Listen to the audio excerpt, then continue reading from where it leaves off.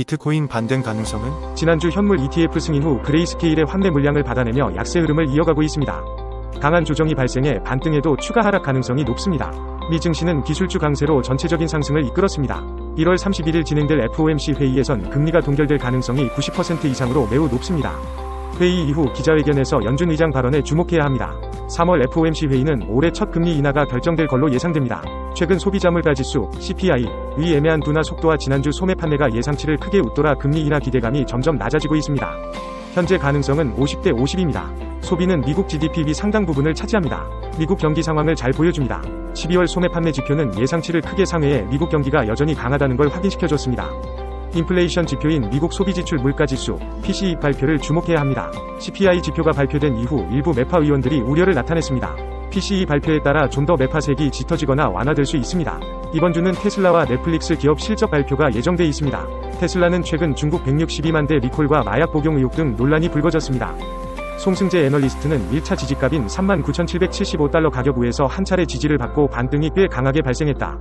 1차 지지값을 기준으로 현 구간에서 반등을 시도할 가능성이 있다라고 말했습니다. 고영빈 애널리스트는 이번 주 초에는 반등 움직임을 이어가지 않을까 생각한다. 주봉 캔들의 움직임을 보면 2주 전 고점 시그널이 발생한 음봉 캔들이 꼬리를 이탈하지 않고 복마감이 됐다라고 분석했습니다.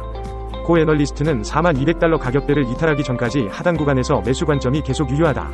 박스권 상단은 44,000달러, 44,600달러, 45,200달러 수준까지 열어두고 있다.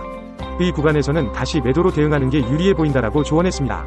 송승재 애널리스트는 4시간 상승 다이버전스에 대한 기대값은 43,600달러로 예상된다라며 해당 가격을 4시간 봉종가 기준으로 돌파하고 분봉에서 지지받으면 기술적 반등의 최대치인 45,600달러 부근까지 상승 시도할 수 있다라고 예측했습니다. 고영빈 애널리스트는 단기 하락이 있더라도 41,200달러 수준에서 반등할 수 있다. 이를 이탈해도 4200달러 수준에서 다시 반등할 가능성이 높다라며 현재는 분할 매수 관점에서 대응하는 게 유리하다. 목표가는 44,000달러에서 4500달러 수준으로 설정해 대응이 좋다라고 추천했습니다. 유명 암호화폐 분석가이자 유튜버인 케빈 스티븐슨이 영상을 통해 비트코인이 몇 달 내에 새로운 사상 최고가를 기록할 것이라는 낙관적인 전망을 공유했다. 21일 현지 시간 코인피디아에 따르면 스티븐슨은 비트코인 가격이 최근 횡보 움직임을 보였지만 지난 12월 이후 더 낮은 저점이 없었다는 점을 긍정적인 신호로 해석했다. 스티븐슨은 S&P 500이 사상 최고치에 근접하고 있으며 역사적 패턴에 비추어 볼 때 비트코인이 S&P 500을 따라 동반 상승할 가능성이 높다고 지적했다. 그는 두 번째와 세 번째 비트코인 반감기 기간에 S&P 500이 사상 최고치가 비트코인의 상승을 앞섰던 사례를 근거로 들었다. 스티븐슨은 비트코인이 중요한 지지선인 4200달러 아래로 떨어질 경우 35,000달러 주변의 과매도 수준을 다시 테스트할 수 있다고 말했다. 그는 ETF 승인 및 다가오는 반감기와 같은 긍정적인 요인을 고려할 때 빠른 회복을 보일 것으로 내다봤다. 프랭클린 템플턴의 CEO 제니 존스는 최근 비트코인 ETF를 출시한 배경은 비트코인의 거래 증가와 금융 시스템과 통합에 대응하기 위한 전략적 움직임으로 비트코인에 대한 급증하는 수요에 대응하기 위한 결정이었다고 말했다. 0일 현지 시간 크립토 슬레이트에 따르면 제니 존스는 CNBC와의 인터뷰에서 이전의 비트코인이나 암호화폐에 대해 부정적이었다는 지적에 비트코인은 우리가 보고 있는 기회 중 하나였다고 반박했다. 크립토 슬레이트는 비트코인이 전통적인 주류 금융회사들 사이에서도 유효한 투자 옵션으로 인정받고 있음을 나타낸다고 설명했다. 존슨 CEO는 프랭클린 템플턴의 비트코인 ETF 출시가 거래 증가와 금융 시스템의 통합에 대한 전략적 대응이라고 설명했다. 비트코인과 다른 암호화폐를 뒷받침하는 기술이 다양하고 새로운 투자 기회를 창출했으며 이는 계속 발전할 것이라고 덧붙였다. 그녀는 비트코인이 불안정한 정권에서 개인들에게 안전망 역할을 한다고 설명했다. 정부가 자산을 몰수한 사람들이나 갑작스럽고 격렬한 인플레이션에 대비해 비트코인을 보유한 사람들의 예를 들며 보험 또는 안전장치로서 고려되는 두려움 요소라고 말했다. 존스는 이러한 사용 사례가 비트코인이 인류에게 자유를 보호하는 도구로서 가치 있는 근거라고 말했다. 그러나 그녀는 기술적으로 능숙하지 않은 평균적인 사람에게 비트코인을 보유하는 것이 매우 복잡하다고 지적했다.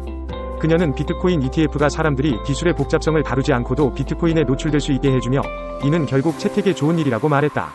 세계 최대 클라우드 서비스 기업인 미국 아마존 웹 서비스 AWS가 2023년부터 5년간 일본에 약 2조 3천억 엔, 약 20조 7,190억 원을 투자한다. 20일 니혼게이자이 신문 니케이에 따르면 AWS 일본 법인은 전날 도쿄에서 기자회견을 열고 이 같은 투자 방침을 설명했다. 아마존 측은 투자를 통해 클라우드의 기간 설비인 데이터 센터 증설과 운영 체제를 강화할 계획이다. 생성형 인공지능 AI의 보급 등에 따른 데이터 처리량의 폭발적인 증가를 예상하고 투자의 속도를 낸 것으로 보인다.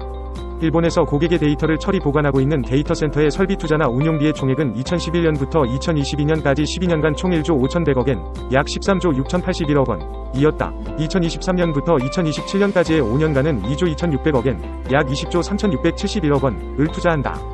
이는 성장 시장인 인도에 대한 2030년까지의 투자 계획 1조 560억 루피 약 17조 16억 원을 넘는 거액 투자로 일본 시장 중시의 자세를 선명하게 하는 것이라고 니케이가 보도했다. 나가사키 다다오 AWS 일본법인 사장은 일본의 고객의 데이터 이용과 활용을 지원하고 다양한 경제 파급 효과를 창출해 일본의 성장에 기여하겠다고 말했다. 일본 AI 시장 2030년 4.8배 성장 연구, 독일 등 유럽 앞서. 이러한 투자 배경에는 일본의 기업과 행정의 왕성한 클라우드 수요를 끌어들이려는 목적이 있다고 니혼게이자이가 짚었다. 독일 조사회사 스태티스타에 따르면 일본의 생성형 AI 관련 시장은 2030년에 2023년 대비 4.8배인 87억 달러, 약 1조 2,900억엔에 달할 전망이다. 657억 달러인 미국과 296억 달러인 중국에 뒤이어 영국, 독일 등 유럽 선진국을 앞지른다. 생성형 AI는 방대한 데이터를 학습하고 질문에 답하기 위해 클라우드상에서 대량의 컴퓨터를 사용해 정보를 처리해야 한다.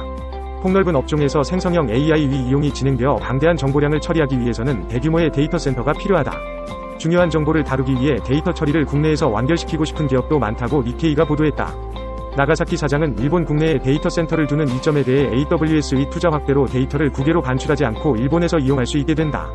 국내에 데이터 센터가 있기 때문에 대기 시간이 매우 짧은 클라우드를 사용할 수 있다고 말했다. 생성형 AI 이용 클라우드 수요 급증을 노려 아마존과 라이벌 관계에 있는 미국 마이크로소프트나 구글도 일본 현지 데이터 센터 투자를 서두르고 있다. 마이크로소프트는 지난해 2월 서일본에서 복수의 데이터 센터를 가동시켰다. 구글도 일본 최초의 데이터 센터를 지바현 인자이시에 건설해 지난해 3월부터 가동하고 있다. AWS와 마이크로소프트, 구글의 위상은 공공 분야에서도 큰 비중을 차지하고 있다. 3사는 디지털청이 정비하고 정부와 지방자치단체가 공동 이용하는 거버먼트 클라우드, 정부 클라우드 제공 사업자로 선정됐다. 국내 업체는 사쿠라 인터넷이 2023년 처음 선정된 지 얼마 되지 않아 뒤처지고 있다. 이외에 일본 국내 클라우드 사업자로는 소프트뱅크나 NTT 그룹 등이 있다. 과점 우려도 특정 기업 영향력 높아지면 값비싼 요금 우려. 다만 과점에 대한 경계감도 나온다. 세계 클라우드 시장에서는 AWS, 마이크로소프트, 구글이 총 3분의 2위 점유율을 차지하며 상승세를 타고 있다. AWS는 지역별 매출액을 공개하지 않고 있지만 일본에서도 세계와 비슷한 경향을 보이고 있어 3, 4위 점유율은 높다.